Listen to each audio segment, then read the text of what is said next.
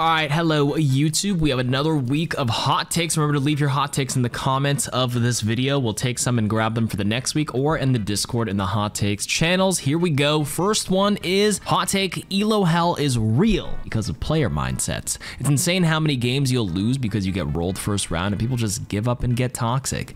The game is so snowbally and most of the time you can run it back, but you'll never make it out of the metal ranks if you're typing GG after the first lost fight. Not really a hot take. I think Elo hell has many different definitions. It can certainly feel like hell in the area that you're playing in terms of people's mental, right? And people giving up very easily. So that part is true. Elo hell can be very real for those who are very tiltable. It's hell for you because you can't stand losing a single team fight and you just rage and you just can't bring it back. You can't lock in and turn things around. You never really had a good redemption arc in your life. So that part is true. So not really a hot take there. The game is very snowbally and you can always run it back. Always agree. Never give up. Seriously. Sounds corny and people are, yeah, KarQ, you're just a corny guy. Like, nah, how am I supposed to win? It's unwinnable if we have a Reinhardt locking in. No, it's not. You just fucking suck, dude. Unless they're legitimately not playing the game and there's 5 people, there's always a small sliver of chance. It's less about what your teammate's running, like, oh my god, we have a Rein, we can't win.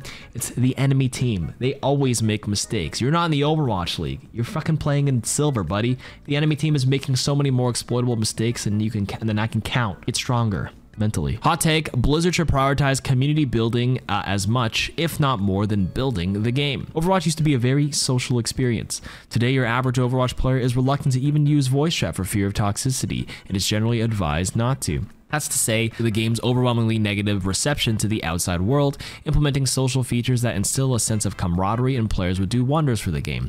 Things such as reintroducing LFGs, Splatfests, I don't know what that is, charity skins, and more supporter streamer events, a clan system to operate like League or Valorant's Clash or Premier, maybe even an OW2 feature, so in Uncharted 3, a small TV on the multiplayer menu played community content like Best of the Week while you queued.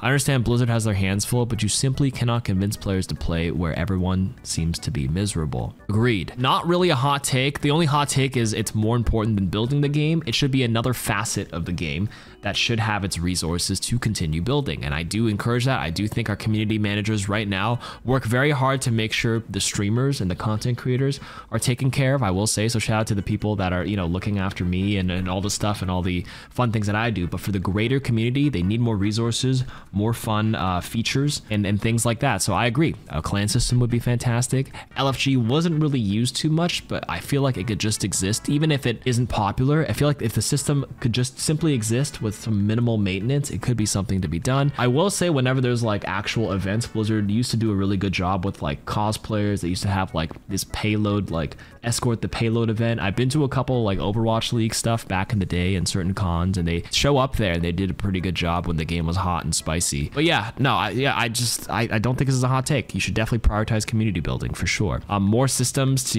for players to watch clips and stuff seems like a great idea. That Uncharted idea seems great. With top plays of the week, you could probably like limit them to like in-client stuff if you don't want personal branding on it. It's probably gonna have to go through Blizzard legal. You could just like run a play through the replay system when people submit it, and it's like automated through like a replayable code, and then they grab that excerpt. And they already have like a play of the game algorithm, right? And you know how you can save your top plays, and hopefully if they had like a submission area where they could grab those built-in game files without any sort of extra noise, they could bypass the red tape that it would require to do something like that. Blizzard's goodwill is not very good outside of the bubble of the game with the negative reception, and I do think they should continue to prioritize ways to fix that. So good take. Next hot take: supports frontlining with the tank are throwing the game a majority of the time. They constantly tunnel vision while only aiding the tank and not paying attention to the other support, DPS, or enemy flankers, tearing them apart. They will also get mad at you for not rotating with them when it's their job to keep the team up. I don't know. Yeah, this is a bit of a hot take. Actually, frontlining with the tank, depending on the tank you're playing, this is very context and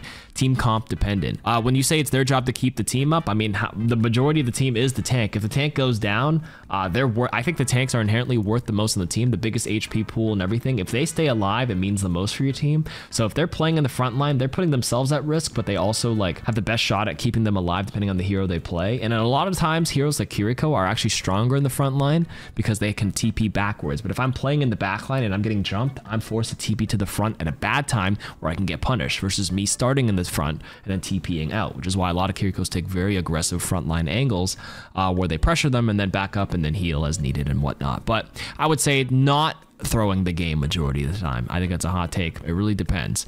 The constant tunnel visioning isn't just like a I'm staying in the front line kind of problem. You definitely do have a better view of the battlefield when you play in the back, but it's an inherently passive play style as well. So there is viability in, of course, going aggressive and of course playing in the back line, blah, blah, blah, but it's not a throw in some cases. You say majority, but I would say it's way less than majority. It is, I would actually rather take a support that is aggressive and can even like TP deep in with Lucio, or sorry, as a KarQ with your Winston or your Doom. And then if you're frontlining as like a Lucio, you're like kind of like, you know, zooming in, speeding up your tank, and then using your wall ride mechanics to pressure, and then boop. You know, there's a couple of heroes that can really play in the front line. Seriously, KarQ, Moira, Lucio, maybe not so much Brig, but you know, those are just to name a few. Hot take: they ruined Hog after him becoming viable for the first time in forever. What do you mean they ruined Hog? I think the rework didn't really change his playstyle too much. You just have a trap now, which is kind of a nice utility, but Hog is actually pretty good right now, I would say. At the end of the mid-season 9, they made it so his pole distance brings him in like closer now by an extra meter. It's like 3 meters instead of 4 meters or something, which almost puts you back in one-shot range, and sometimes it is in one-shot range, and with the help of the trap or shooting first before hooking, I actually think Hog is low-key kind of good. I don't think he's ruined at all. Top Hog players are eating pretty well, and I think 6-hit champion playing Hog right now. Hog is an interesting hero because he's legitimately not that bad at all. Next hot take: I think Mauga isn't a bad character in design. Blizzard sort of created a reverse Doomfist in Mauga, where his cooldowns are insanely predictable to use, and if done correctly, he can carry game after game. Besides, who doesn't love the feeling of being a one-man army with enough armament to level an island to sea level, LOL. So this kind of goes back to the last one where I thought Mauga is kind of like not a great hero design. He's very not as engaging, and I think I still stand by that. I do think it's a hot take where his design isn't great. I would say it's not like terrible, but it's on the bad side. Like, it's leaning more on the bad side because like you have these two guns where you're supposed to kind of like shoot one and then to burn them, and then the other one to, you know, maximize the DPS. But if you shoot both, you have big spread. But they just didn't realize that the best way to do that is just to shoot both at the same time and just aim it at the tank, because his whole kit is about sustain, and the best way to sustain yourself is to sustain it off of the other tank. So that inherently made the design kind of flawed. If you had better interplay and better strength towards like poking and actually adjusting between using one gun or the other, or one, if you use both, it's punished more, or he has different sort of mitigation tools where he's not forced to always shoot the tank to keep himself up, then he can be a little bit better. But he is kind of like cool, like lore wise. I know like you're saying he's enough armament of like leveling an island to sea level. Like his lore and his like identity of being like this big brute, his big bruiser Samoan is like super cool, but in terms of like raw competitive balance, it's so one-dimensional. And they should also like lower the sound of his bullets because it's actually grating, just for both guns nonstop. Not fun to listen to, and for me personally, I don't find him fun or engaging in any capacity, and a lot of tank players agree he's not very popular right now. So a different direction maybe to make his guns more interesting to use in conjunction with a different kind of mitigation tool rather than just raw damage reduction and raw healing. Ooh, next hot take is the rank reset at the start of Season 9 didn't really affect anyone's ranking from a previous season, contrary to popular beliefs, primarily metal ranks. It mostly gave clarity to the top 500 high elo rankings with everyone not being in GM1. I finished the end of Season 8 as a Plat 3 in support, and after placements, I was also Plat 3 support. I peaked Plat 1 this season. My brother said that I did get better, but the pace of my games feel pretty much the same, and looking at player profiles after the games, they were usually around the same rank last season, unless they were the really bad and toxic teammates. So my hot take is that if you are lower rank in Season 9 than you were in Season 8, metal ranks mostly, then you are not as good as you thought. True, actually. I actually think, if I'm not mistaken, I might be wrong on this, the whole point of the distribution of the graph, if we look at a standard statistical distribution, it was like heavy ended in GM1 because that was imbalanced. And then it would like taper out in Masters Diamond, and then the majority of players are in, I think, Gold 1. They literally said Gold 1 was the median, the most popular rank, or right in the middle. Median, not mean. But a majority of players, the median is in Gold 1, and it goes like this. And then a lot of people are stuck in Bronze. So what they did is they flattened the curve So the people in GM1 got pressed down to champion, hopefully, and they distributed the heavy end of GM1s throughout most of Grandmaster and in Masters. So a lot of the people who are in GM previously are in Masters right now. You can see in top 500, top 500 begins in Masters 1 or Masters 2 in tank. And I think it is GM5 for damage and support now, but every other season previous to it, it was always GM1. It was very GM1 heavy, but now GM5, like legitimately hitting Grandmaster, is an accomplishment now because it's way harder on that end. But because they like squished the curve down, the median should still be around the same, right? They just pressed it down here, but it should still be an even distribution the closer you get to the median. So if you're in the metal ranks, if anything, you didn't really feel that squish unless you're on the bottom.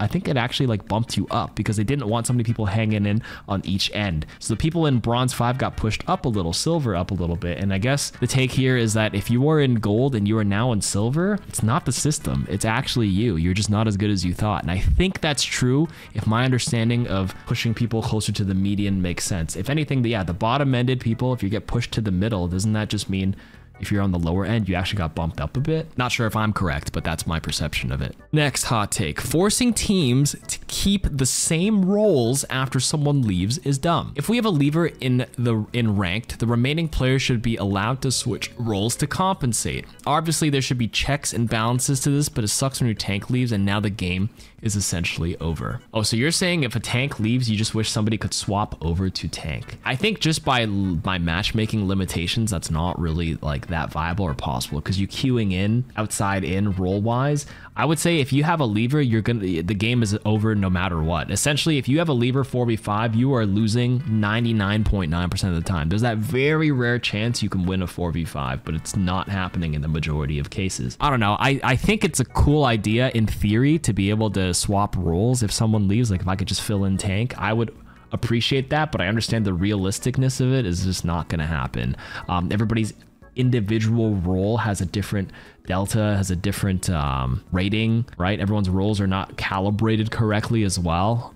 It's already not in your favor, and if you win, what gets rewarded? Which role? You swap to tank, so now you get tank MMR for some reason. What a weird way to like randomly gain MMR by just randomly swapping mid-game in the context of that, where the matchmaking wasn't curated for you to play on a tank. What if I'm playing in a gold lobby because I'm a gold DPS, but I'm a like master or a grandmaster tank player? I just suck at other roles, but I was queuing gold thing and then queuing in a gold DPS game. My tank left. What? I can now suddenly play my main grandmaster level tank role by just swapping in. So now you have a very weird balanced game where it's a 4v5, but you're just like the best junker queen in the world and like randomly playing this role in a lobby full of gold players. I don't know. I just don't think that makes sense at all. So it's a pretty hot take. Next hot take, the game is pretty good. Anybody who plays Overwatch regularly can say, honestly, the game is, let's be real, it's fun. You still play it, right? But, you know, it has its issues, but what game doesn't? The game is pretty good. Season 9 fixed a lot of the issues I had with the game. It made it really fun. I played the most ranked I ever had in a long time. Hot take, players lean too hard into role titles. Pre-roll queue, these titles were just generic descriptions. Remember, like defense DPSs. However, these days we have this crap community mentality of prescribing kits onto characters based on yesterday's descriptive terms. Okay, I need another example. In what way? Like a defense-oriented DPS? I don't think anybody goes like, can we play a defensive DPS? I guess maybe you're talking about like an off tank or a main tank. I wouldn't say they lean that hard into it. I guess a better example, because I don't really know if anybody goes like, we need a defensive DPS versus like a long range. I mean, they say long range hit scan, but it's just probably because it's map dependent. Oh, can we get a long range hit scan on Havana because it's a very good sniper map because of the open sight lines? That makes sense to me. I don't know about this crap community mentality of prescribing kits. I mean, most of the descriptions or the prescribed kits kind of just describe them a little bit, right? Your hit scans, maybe not defensive DPS, but hit scans. Main supports, main tanks, off tanks. Main tank and off tank is a little outdated, so maybe that one is people are leaning too much into, but everything else seems fine to me. Volcanic take. People overreacted to Mauga's mid-season buffs, and he should have kept them. Nah, that's a pretty volcanic take. I wouldn't say it's overreacted. I actually still think Mauga has viability right now in certain niche situations versus Winston comps or against maybe some Wrecking Ball a little bit. I don't actually think Mauga is like terrible. He's a bit nichey, but he certainly can work. People were already sort of making him work before those mid-season buffs in some niche scenarios. So like, I don't know. I think Mauga's fine, but they definitely should not have kept it because it was way too overloaded. I mean, the amount of, I don't even see, the thing is, I don't even remember what they nerfed again after he became viable again. All you need to know is I think he was I do think he was a little too good and they didn't need to buff him the way they did. Hot take. The problem with tanks now is that they are way power crept. So characters like Rein don't have buttons or abilities to keep playing the game at the level as the newer tanks. Some of the newer tanks like Ramattra or Orisa. These tanks just do more things than Rein, and that is a problem. Not actually the biggest take or hottest take in the world. They had to evolve Rein to keep up with the evolution of the game, and that's why a lot of heroes end up getting reworked, because their kits are just so outdated with the way the game has evolved and changed over the last 8 years. I mean, Rein fundamentally is still the same from 2016. Hold shield, swing hammer, throw fire strike, hit earth shatter. And these don't really align with the newer modern versions of tanks where you have damage mitigation like Orisa, where you can press fortify and press things while shooting at the same time. Ramattra can put a shield up and shoot at the same time. Sigma can put his shield down and shoot at the same time. If Rein puts up a shield, he can't do anything else. He can't swing his hammer or anything like that. So I understand he's sort of like fallen behind. And if he does use a gap closer like charge, he just gets blown up. But heroes like Mauga can charge while getting, you know, CC immunity, or Orisa can spin and use a gap closer while eating all projectiles in the front, you know what I mean? Or if like Junker Queen engages with speed, she gets a lot of overhealth. If Rein charges, he's just like, there's just the risk of you getting pinned and dying, I guess, if they even connect to the wall. Maybe Rein, if they want to make charge better, give him a little bit of like a frontal shield, a little bit of immunity while he charges. A second charge is an option, or if they suck someone up, it actually does a bit of damage at first without hitting the wall. There's a couple of ideas to make Rein cook a little harder. But yeah, I wouldn't say it's like a power creep on the other tanks per se. That's just how game design ends up being, where you don't want to create a too simple kit, because every new hero that gets released, they don't want it too homogenous and similar to other heroes, but at the same time, you want to be creative and have a nice interplay and blend of abilities, right? Rein just needs a little bit of help to kind of modernize him a little bit. All right, last hot take of the week is, my hot take is that tanks are stronger this season than people think. It feels like people just need to learn the new playstyle of tank, and they do a lot better. The big issue is the playstyle just isn't fun. Tanks are stronger this season. Bit subjective, but I will say that I just don't think tank feels very rewarding, which is why it's the least popular role in any game you play. It's a very thankless job where you sit there, soak bullets, and take space. But taking space is such like an arbitrary feeling. You don't feel like you're contributing by standing in this spot as a big tank, but like you're actually helping your team in a lot of ways. And that's why it just isn't fun. It doesn't feel rewarding, which is where a lot of the complaints stem from, which is a very viable part of balance. How can you make a hero feel engaging at the same time as also feeling like you have an impact? You actually do have an impact. It just doesn't feel good. You hear it a lot with Orisa players. They just stand there, rotate their buttons, and they're actually contributing a lot more. Sometimes you can see it if you hit a great spear and stuff. Just standing in that spot is just making space for your team to do things that they normally can't without you standing there. So, agreed. Sort of. All right, and that's it for the hot takes of the week. Remember to leave yours. Keep it short, keep it brief. See you next week.